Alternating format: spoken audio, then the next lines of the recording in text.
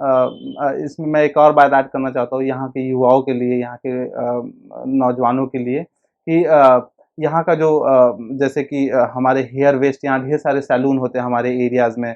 उन सैलून में जो हेयर्स होते हैं, वो हेयर्स वो बहुत ही काम के चीज़ होती है कि उससे हम अमीनो एसिड बना सकते हैं। इवन हम हेयर के अलावा बहुत सारी चीज़ें हैं जिससे अमीनो एसिड बना सकते हैं। लाइक जो मीट का वेस्ट होता है, बकरे की मीट या मुर्गे की मीट, या उसका पंख जो होते हैं, या कोई जानवरों का जो ऊपर का खाल होता है, या उनके जो बाल होते हैं, वो हम यूटिलाइज कर सकते हैं अमीनो एसिड बनाने के लिए। नमस्कार, मेरा नाम अंकुर चौरसिया है। और सबसे पहले तो मैं द लोकतंत्र का बहुत-बहुत धन्यवाद दूँगा कि इन्होंने मुझे मौका दिया इस प्लेटफ़ॉर्म पे बोलने का, कुछ अपने लाइफ़ कुछ एक्सपीरियंसेस आपसे शेयर करने का। और मेरे क्या अनुभव रहे हैं मेरे पढ़ाई के दौरान, वो सब शेयर करने का मुझे प्लेटफ़ॉर्म मिला। तो सबसे मैं पूरी अपनी तरफ से पूरी टीम को, लोकतंत्र की पूरी टीम को तहे दिल से धन्यवाद दूँगा। मेरा नाम अंकुर है, मैं अंकुर चौरसिया है, और मैं अभी देवरिया ज़िले में रहता हूँ। और मेरी पढ़ाई यहीं के गवर्नमेंट स्कूल महाराजा अग्रसेन से इंटर कॉलेज से मैंने 10वीं और 12वीं की शिक्षा प्राप्त की। उसके बाद मैं बीटेक के लिए नोएडा गया। सो इस पढ़ाई के दौरान मेरा क्या अनुभव रहा, मेरी क्या आशाएँ थी और मेरा क्या दृढ़ संकल्प था, मैं वो थोड़े से कुछ एक्सपीरियंसेस आपसे शेयर करूँगा, सो दैट कि आप अपने लाइफ में कभी गिरो तो कैसे आपको उठने के लिए मौका मिले, क्या आपके अंदर वो शक्ति होनी चाहिए जो आपको उठा सके। सो वो थोड़ी चीज़ें मैं थोड़ा-सा डिस्कस करूँगा, फिर उसके बाद कुछ हाउ हाउ कैसे हम अपने शहर और अपने राज्य को और अपने देश को कैसे टेक्नोलॉजी के साथ इवॉल्व कर सकते हैं, वो थोड़े से कुछ बातें डिस्कस करूँगा। सो मेरी पढ़ाई बेसिकली यहीं के लोकल स्कूल से हुई। उसके बाद जब मैं बचपन में बहुत ज़्यादा तेज़ स्टूडेंट नहीं था, ऑब्वियसली क्योंकि मेरी इकोनॉमिकल फाइनेंशियल बैकग्राउंड उतना स्ट्रॉन्ग नहीं था। तो मैंने गवर्नमेंट स्कूल से पढ़ाई की। उसके बाद मैं जब देखता था लोग बीटेक के लिए जा रहे हैं, तो मुझे कोई डायरेक्शंस नहीं था कि हमें क्या करना है। तो मुझे भी बीटेक करने का मन हुआ, तो मैंने अपने घर में बोला कि मुझे बीटेक करने का मन है, बट हमारे घर वालों ने मतलब उस टाइम बोला कि अभी हमारी फाइनेंशियल कंडीशन उतनी अच्छी नहीं है कि हम पढ़ें। सो पढ़ें, सो मैंने फाइनली जिद की कि नहीं, हमको पढ़ना है। तो मेरी माताजी जो हैं, वो उन्होंने बोला कि नहीं, हम पढ़ने भेजेंगे। और उन्होंने अपनी कुछ एफडी थी उसको तोड़ के मेरा एडमिशन पहला करा दिया। और हमें नहीं पता था कि हम सेकेंड ईयर का फीस कैसे भरेंगे। और इसी दौरान जैसे ही मेरा फर्स्ट ईयर में एडमिशन हुआ, तो फिर मेरे पिताजी का आकस्मिक मृत्यु हो गई। कुछ उनको प्रॉब्लम था हार्ट से रिलेटेड, तो उसकी वजह से उनकी मृत्यु हो गई। फिर अ, हमारी कंडीशन इतनी अच्छी नहीं थी क्योंकि हमारी पान की दुकान थी, और हम इतना अफोर्ड नहीं कर सकते थे कि बीटेक की फ़ीस भर सके सेकेंड ईयर की। और इवन मैं भी दुकान पे बैठा करता था जब मैं बीटेक में एडमिशन नहीं लिया था, तो बचपन में मैं भी बैठा करता था। तो फिर मेरे भाई और मुझे, मेरे पास दो ऑप्शन थे, या तो मैं पढ़ूंगा या तो वो पढ़ पाता। तो इसमें सबसे बड़ा सेक्रीफाइस मेरे भाई ने किया, जो जो जिसने मुझे बोला कि तुम पढ़ोगे तो शायद हमारा जनरेशन एक स्टेप ऊपर चला जाएगा, तो तुम पढ़ो और हम हमारे अपने परिवार को इवॉल्व करो, अपने समाज को इवॉल्व करो, आगे बढ़ाओ। तो फिर मैंने डिसीजन लिया कि नहीं, चलो ठीक है, हम ही पढ़ते हैं। फिर उसने अपनी लाइफ सेक्रीफाइस करके मेरी लाइफ बनाई, और फिर मेरे पास कोई ऑप्शन नहीं था, या तो पढ़ना था, नहीं तो कुछ नहीं था मेरे पास। हमारे पास हारने के लिए कुछ था नहीं। तो फिर मैं पढ़ने निकल गया, फिर बीटेक सेकेंड ईयर किसी तरीके से पूरा किया।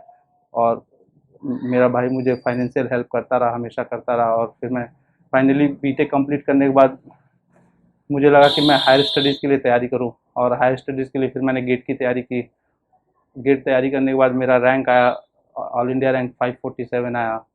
तो फिर मुझे उस रैंक के बेसिस पे मेरी एडमिशन आईआईटी रुड़की में हुई। तो मैंने आईआईटी रुड़की में फिर प्रोडक्शन इंजीनियरिंग से एमटेक किया, जहाँ जहाँ मैं मुझे मुझे मेरा भाई इतना मोटिवेट करता रहता था कि तुम करोगे तो ही हम कुछ कर पाएंगे, नहीं तो हम लोग फिर से फेल कर जाएंगे, और हमें समाज हमेशा बोलेगा कि तुमने पढ़ाया, तुम सोचो। तो फिर मेरे पास कोई ऑप्शन नहीं था, और मैं इतना पढ़ा कि मेरा अब तक का सबसे हाईएस्ट सीजीपीए वहाँ का 9.8 आउट ऑफ 10 मैंने अचीव किया, जो कि अब तक का वहाँ का सबसे हाईएस्ट था। उसके बाद मेरी जॉब लग गई पंडित दीनदयाल पेट्रोलियम यूनिवर्सिटी में as assistant professor, Gandhinagar Gujarat. So मैं वहाँ गया, वहाँ ज्वाइन किया और ऑलमोस्ट 2 इयर्स मैंने जॉब किया वहाँ पे। देन उसके बाद मैंने फिर से जॉब से छुट्टी ली और अभी मैं तत्काल में आईआईटी रुड़की से ही पीएचडी कर रहा हूँ मैकेनिकल इंजीनियरिंग डिपार्टमेंट से।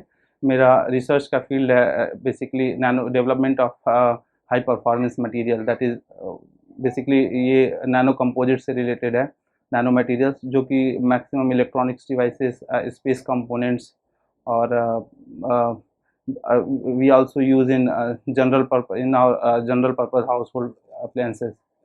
So अभी मैं पीएचडी कर रहा हूँ उसके। सो बेसिकली मेरा ये इस चर्चा का विषय इसलिए मैंने ये वीडियो इसलिए मैंने ये लोकतंत्र ने मुझे ये प्लेटफॉर्म दिया कि मैं बातें कर सकूँ कि कैसे हम अपने टेक्नोलॉजी को इवॉल्व करके अपने सिटी, अपने राज्य को और बेहतर बना सकते हैं। सो व्हाट एक्चुअली हम आईआईटियंस कैसे सोचते हैं इस बारे में कि हमें क्या करना चाहिए, क्या चेंजेस लाना चाहिए, मेजर चेंजेस, सो दैट कि हमें वो ग्राउंड रियलिटी पे दिखे कुछ। मैं 3 बातों पे मैं बेसिकली फोकस करूँगा। एक्चुअली मैं पूर्वांचल से बिलोंग करता हूँ और लोग ऐसा कहते हैं कि पूर्वांचल एक मतलब पिछड़ा क्षेत्र है।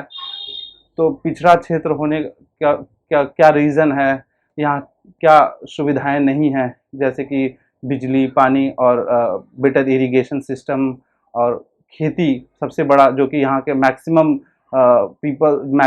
यहाँ के जनसंख्या जो खेती करती है उसमें क्या प्रॉब्लम फेस हो रही है और क्यों वो और ज़्यादा ग्रोथ नहीं कर पा रहे हैं। तो उस पर डिस्कशन करेंगे और थोड़ा सा डिस्कशन करेंगे कि कैसे हम स्मॉल स्केल इंडस्ट्री को कैसे और सपोर्ट करें, कैसे हम अपने अर्बन प्लानिंग जैसे कि शहर को कैसे विकास करें अच्छा, कि हमारा शहर और स्वच्छ और सुंदर हो और वहाँ के नागरिक एक जिसे कहते हैं नागरिक की परचेज पावर पैरिटी, वो पर पर कैंडिडेट ज़्यादा हो। पहले मैं डिस्कस करूँगा कि कृषि के क्षेत्र में हम कैसे विकास कर सकते हैं। अभी कुछ राज्यों ने इसे इम्प्लीमेंट किया है।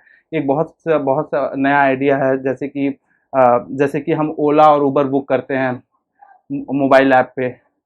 आजकल गांव में हर एक घर में एक एंड्रॉयड फ़ोन है। ऐसा सिस्टम होना चाहिए जैसे कि हम कल्टीवेटर, रोटावेटर ऑनलाइन बुक कर सकें। कैसे कि गवर्नमेंट है सारी सब्सिडीज़ प्रोवाइड कर रही है इन मशीनरी, एडवांस मशीनरीज़ के लिए। जो जैसे कि जो बिज़नेस भी करना चाहते हैं वो इन सब्सिडीज़ को लें और ढेर सारी मशीनरीज़ रखें, और जैसे ओला और उबर ऑनलाइन अपने देते हैं कि आप बुक करिए और आपके दरवाजे, डोर टू डोर सॉल्यूशन, आपके दरवाजे पे 15 मिनट में कल्टीवेटर पहुंच जाएगा, आपके दरवाजे पे 15 मिनट में रोटावेटर पहुंच जाएगा।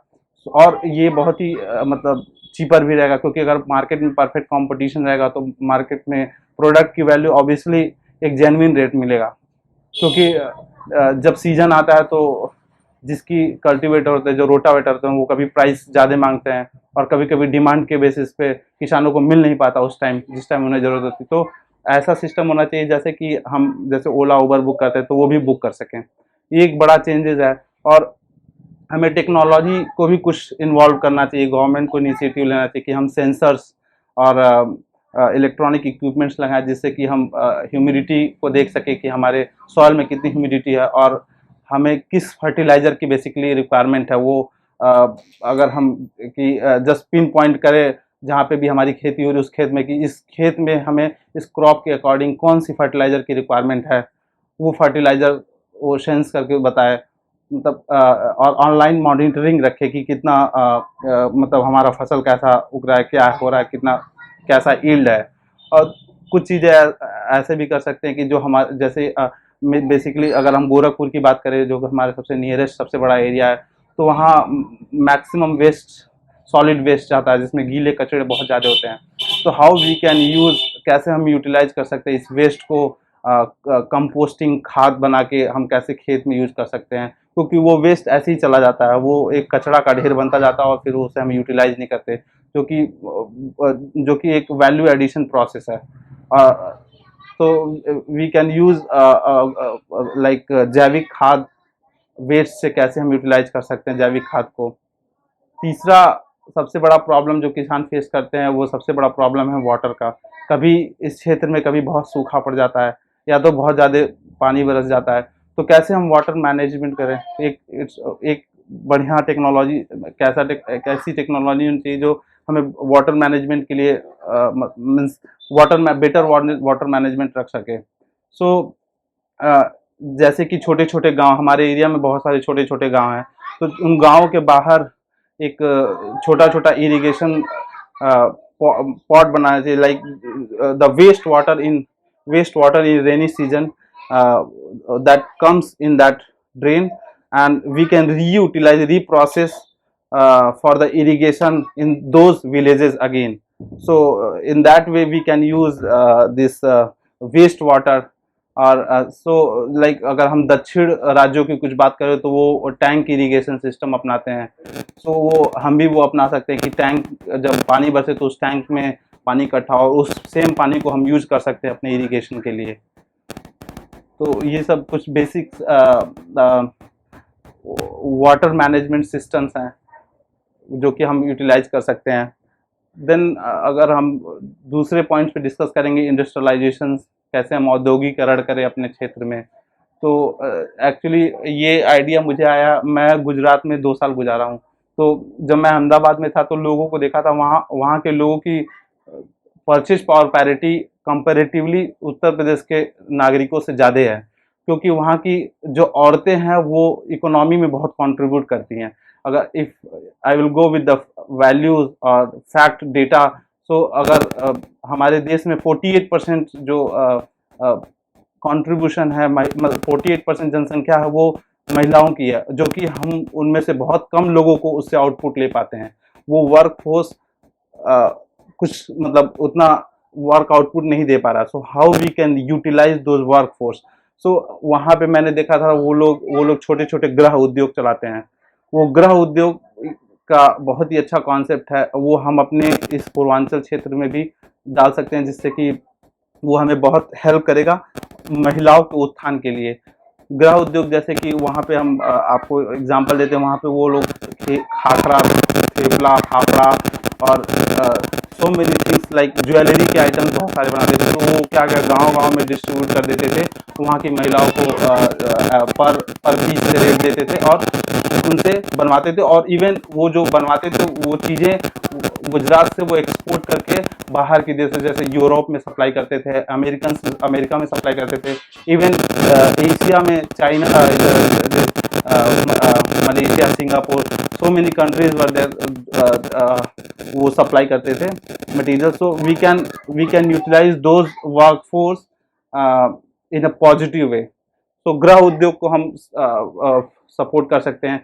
और स्मॉल स्केल, मेरा तीसरा पॉइंट ये है कि हम बड़े शहरों में जैसे कि गोरखपुर, वाराणसी, पूर्वांचल के बड़े शहर जैसे गोरखपुर, वाराणसी और इलाहाबाद, ये सब शहर, इन शहरों में बहुत ज़्यादा बड़ी मात्रा में सॉलिड वेस्ट निकलते हैं। जैसे कि अगर हम गोरखपुर का एग्जांपल लेंगे तो ऑलमोस्ट 30 to 35 टन, 32 से 35 टन कचरा एक दिन में वहाँ प्रतिदिन निकलता है, जिसमें से 20 टन के आसपास प्लास्टिक होता है, बाकी बायो मटेरियल, बायोडिग्रेडेबल होता है। These plastics we can not degrade with the time, it will take all around thousands of years. So how we can utilize those waste in a value added money product? So how we can utilize, actually मेरा area research का area polymers है। so मैं basically उसी point पे focus करूंगा कि कैसे हम वेस्ट को यूटिलाइज कर सकते हैं। सो दीज प्लास्टिक लाइक हमारे मार्केट में मैक्सिमम पॉलीइथाइलिन है, पॉलीप्रोपाइलिन है, पॉलीविनाइल क्लोराइड है, PVC, and that what from like from toothbrush to from bed to bed, you are using almost 30 to 35% plastic in a day। आप 35% plastic आपके daily use के products में होता है। तो उन प्लास्टिक को हम जब वेस्ट करते हैं तो कैसे हम यूटिलाइज कर सकते हैं, एक्चुअली मेरा पॉइंट वो है डिस्कस करने का। तो हम छोटे शहरों में कैसे उन छोटे प्लांट्स को डेवलप करके एक रोजगार दे सकते हैं वहाँ के युवाओं को, कैसे उन चीज़ों को हम मार्केट में सेल कर सकते हैं, कैसे एक्सपोर्ट कर सकते हैं, सो दैट हमारी इकोनॉमी भी बूस्ट कर सके। तो जो प्लास्टिक वेस्ट होता है उसको अगर हम लाइक वी कैन रीमेल्ट, हम उसको रीमेल्ट करके उसमें कुछ एडिटिव्स मिला के we can make the home appliances like chairs, we can make, हम चेयर्स बना सकते हैं, बॉटल्स बना सकते हैं, हम इवन पॉलीथीन बना सकते हैं, even we can make road also we can make the, if you go, अगर आप साइट पे जाएंगे और सर्च करेंगे, केरला गवर्नमेंट ने 60 केजी प्लास्टिक से 500 मीटर का लंबा रोड बनाया है। वो एक बहुत ही अच्छा प्रोजेक्ट है। अगर आप शहर के वेस्ट प्लास्टिक को यूटिलाइज करके अगर आप रोड्स बना रहे हैं, उनके टाइल्स बना रहे हैं, इवन ब्रिक्स बना रहे हैं, वो ब्रिक्स की लाइफ आप जो सीमेंटेड ब्रिक्स बनाते हो उससे 50 ईयर्स ज़्यादा होता है और उसकी स्ट्रेंथ बहुत ज़्यादा होती है। और इवन प्लास्टिक वो पानी के साथ खराब नहीं होता, तो वो मैक्सिमम जो ईट होती है और जो टाइल्स होते हैं वो पानी के साथ धीरे धीरे वियर आउट हो जाते हैं, खराब हो जाते हैं। तो वो प्लास्टिक हम जो प्लास्टिक से जो ब्रिक्स बनाते हैं, वो प्लास्टिक के ब्रिक्स बहुत ही हाई परफॉर्मेंस रहते हैं, जो पानी से खराब नहीं होते हैं।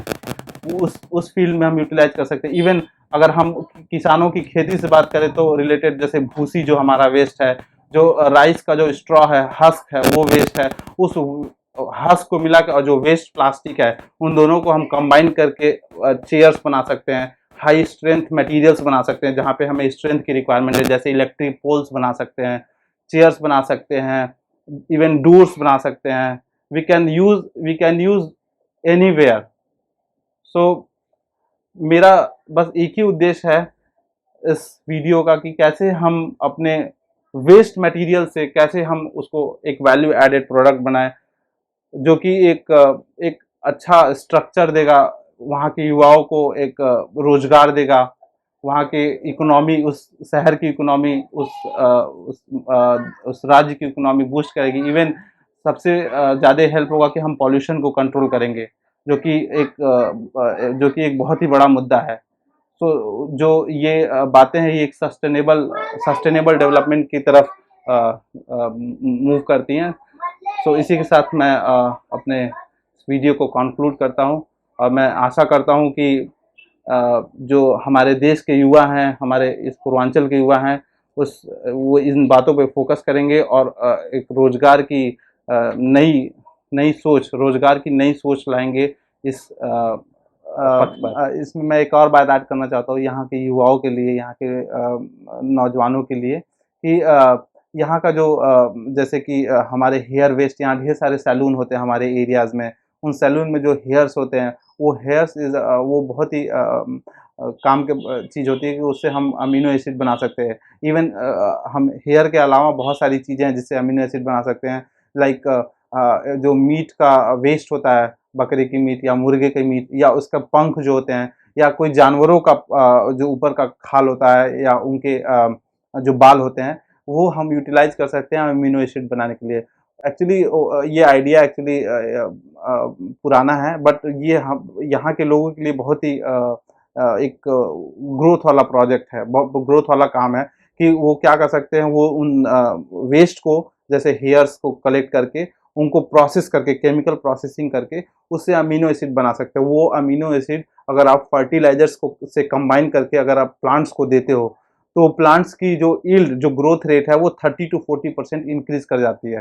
तो ये एक बहुत ही बड़ा संदेश है और बहुत ही बड़ा रोजगार का अवसर है कि लोग जो युवा हैं वो इस क्षेत्र में आगे बढ़ें और सोचें इसके बारे में। और इस प्लांट में कॉस्टिंग की बहुत ज़्यादा रिक्वायरमेंट नहीं है। अगर आप इस प्रोसेस को थोड़ा सा पढ़ेंगे तो आपको पता चलेगा कि कैसे अमीनो एसिड, कैसे हम हेयर से या वेस्ट मटेरियल लाइक जो जानवरों के वेस्ट हैं, या जो ह्यूमन वेस्ट लाइक हेयर्स हैं, वो हम कैसे यूटिलाइज करके उससे अमीनो एसिड बना सकते हैं। बेसिकली ये अमीनो एसिड बहुत, अगर मार्केट में आप किसी भी खाद या बीज के भंडार वाली दुकान पे जाएंगे तो ये अमीनो एसिड प्योर फॉर्म में नहीं मिलता, लेकिन इसकी कॉस्ट अराउंड 800 to 900 रुपीज़ पर लीटर होता है। तो अगर आप ये फॉर्मेशन करते हैं तो ये किसानों के लिए बहुत ही बड़ा हेल्प रहेगा कि उनको सस्ते दाम पे अमीनो एसिड मिलेगा और वो अपनी क्रॉप की यील्ड बढ़ा सकते हैं। एक्चुअली इससे अगर प्रोसेसिंग करेंगे तो ये आपको 80 to 90 रुपीज़ पर लीटर पड़ जाएगा। तो आप कॉस्ट रिड्यूस कर रहे हो 1/10 टाइम्स। तो किसान के लिए बहुत बड़ा हेल्प रहेगा और आपके रोजगारों के लिए रोजगार की बहुत बहुत ही बड़ा अवसर रहेगी। धन्यवाद।